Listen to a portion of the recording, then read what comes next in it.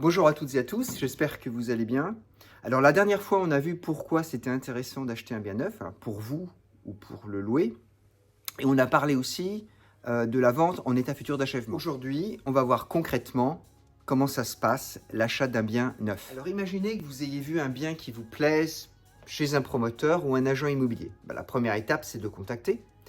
C'est de discuter votre projet d'acquisition d'un bien neuf. Alors pourquoi vous le faites? Est-ce que vous voulez l'habiter? Est-ce que c'est un investissement? Est-ce que vous voulez défiscaliser? Est-ce que c'est un produit d'épargne pour votre retraite? Alors cette étape de discussion, d'échange avec le professionnel est surtout à ne pas négliger, puisqu'une acquisition d'un bien neuf vous engage sur le long terme. Donc le professionnel pourra vous conseiller. Alors, il y a de fortes chances que l'agent immobilier vous propose plusieurs biens, en plus de celui qui a attiré votre attention. L'objectif étant de vous apporter des éléments de comparaison et de vous permettre de faire le bon choix. Il ne s'agit pas de se précipiter ou de céder à un coup de cœur, puisque cet achat va vous engager sur plusieurs années. Alors, une fois que vous avez trouvé la perle rare, l'agent immobilier ou le promoteur va vous faire signer un contrat de réservation. Alors, c'est quoi un contrat de réservation? C'est ni plus ni moins un compromis de vente, mais pour un bien qui n'est pas encore construit. Le contrat de réservation contient une multitude d'informations concernant le programme immobilier et le logement auquel vous vous intéressez. Par exemple, les caractéristiques techniques du logement, sa taille, son exposition, mais aussi son prix, l'échéancier de paiement, la date de livraison et éventuellement les pénalités en cas de retard. Comme pour un bien ancien, vous devrez verser un dépôt de garantie qui est souvent égal à 5% de la valeur du bien.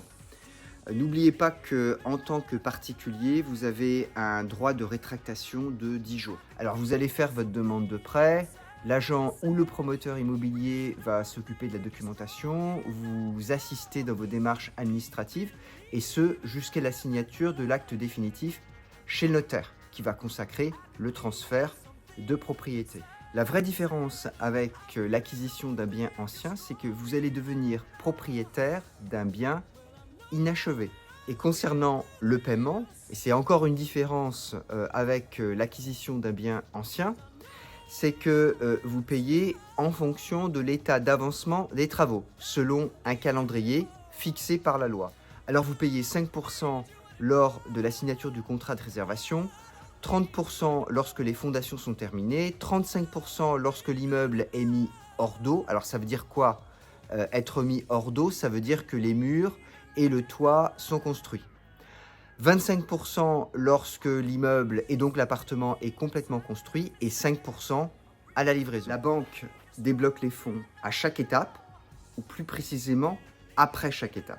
Et ça c'est bien parce que vous ne payez les intérêts que sur la partie débloquée du prêt. Donc ça c'est un autre avantage de la VFA. Une fois que le bien est terminé, eh bien, vous en faites la réception. Alors je vous passe les détails. Alors réception qui donne lieu à l'établissement d'un procès verbal où vous notez ce qui ne va pas. C'est à ce moment-là que les garanties rentrent en jeu. Alors on parle des garanties de parfait achèvement, garantie biennale, garantie décennale. J'en parlerai plus en détail dans de prochaines vidéos. Voilà en quelques étapes simples comment fonctionne un achat en VFA. Alors si vous avez des questions, n'hésitez pas. En attendant, je vous dis à bientôt.